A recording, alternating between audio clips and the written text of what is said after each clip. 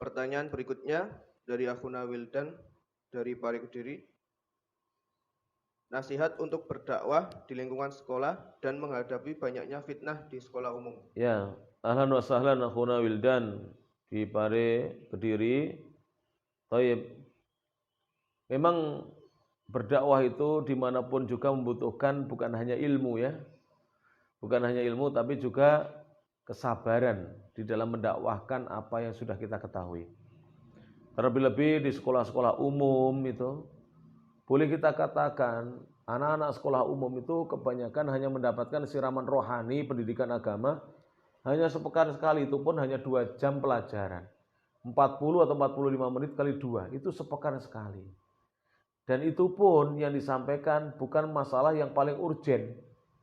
Bahkan boleh dikatakan pelajaran-pelajaran agama di sekolah-sekolah kita, porsi tentang pelajaran atau tentang kurikulum yang mengarah kepada akidah dan tauhid itu sangat minim sekali.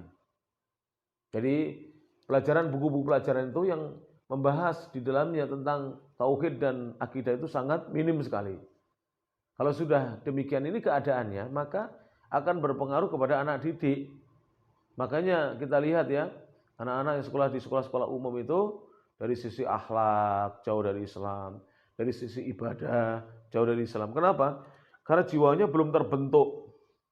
Dia belum meyakini Allah sebagai satu-satunya sesembahan yang berhak disembah. Dia belum paham bahwa kalau seorang itu beribadah menyembah Allah, dia akan mendapatkan kebahagiaan dunia dan akhirat. Dan Allah akan memberikan rezeki kepadanya dari arah yang tidak disangka-sangkanya. Maka tentu perlu kesabaran. Setidaknya ya untuk Al-Ahwildan dari Pare, ajaklah teman-teman untuk ngaji. Jadi ajaklah teman-teman antum untuk menghadiri majelis-majelis ilmu, itu setidaknya. Sebab kalau mendakwai mereka langsung itu kadang-kadang kita dikatakan sok alim lah dan seterusnya. Apalagi anak-anak muda sekarang ini, kita lihat aja di masjid-masjid ya. Jumlah pemuda yang masuk masjid itu sangat sedikit. Jadi anak-anak sekarang ini kalau sudah masuk jenjang SMP atau SMA bahkan perguruan tinggi, itu sudah tidak pergi ke masjid. Alhamdulillah di beberapa daerah anak TK dan SD masih mau pergi ke masjid untuk ikut pelajaran-pelajaran membaca Al-Quran, TPQ dan seterusnya. Tapi coba lihat kalau sudah SMP dan SMA atau perguruan tinggi, sedikit sekali. Dan Alhamdulillah dengan adanya dakwah Al-Quran dan Sunnah ini, dakwah Sunnah ini di seluruh penjuru Nusantara, seluruh pelosok negeri kita, Alhamdulillah sekarang ini mulai anak-anak muda berbondong-bondong untuk mempelajari agamanya.